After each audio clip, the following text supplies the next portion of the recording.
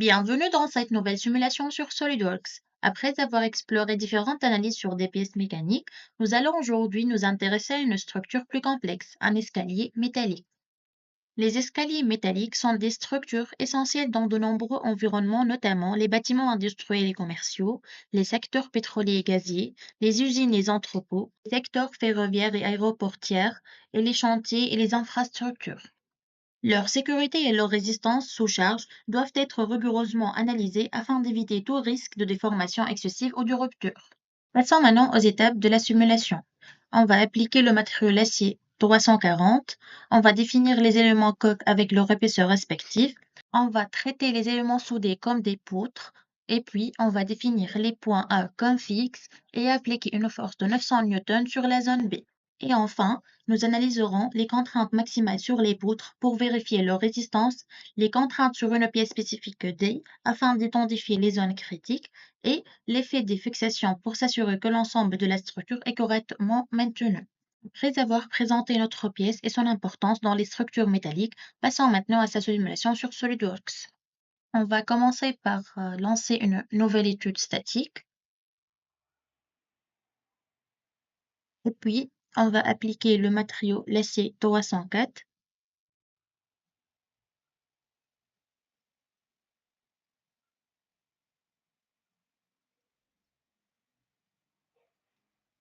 Voilà.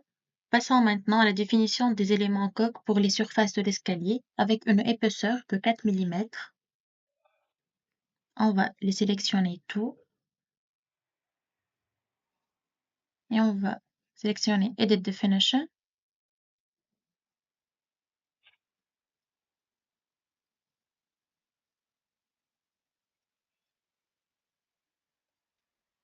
Et pour les deux pièces C, on va mettre 5 mm.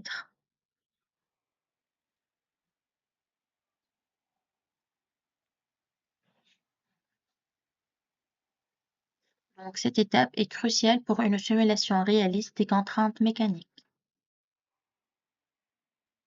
Nous appliquons ensuite les conditions limites. On va appliquer une fixation immobile sur les points A qui représentent les ancrages de l'escalier.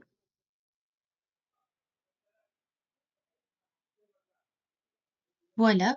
Maintenant, on va appliquer une force de 900 newtons sur la face B.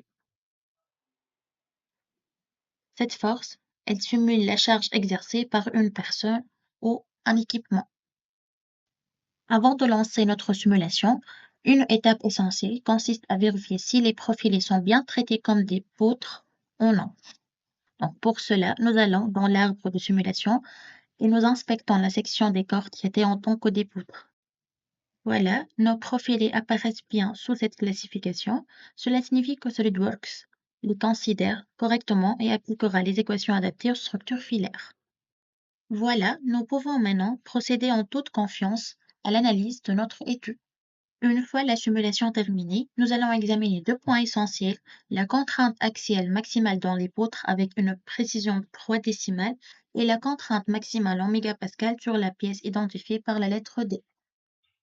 Voilà notre pièce après déformation.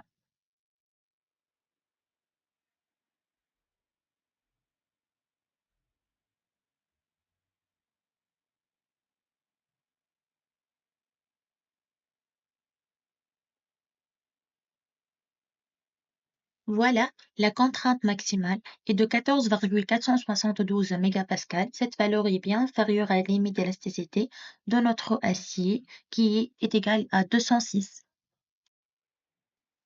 Passons maintenant à la contrainte axiale maximale dans les poutres.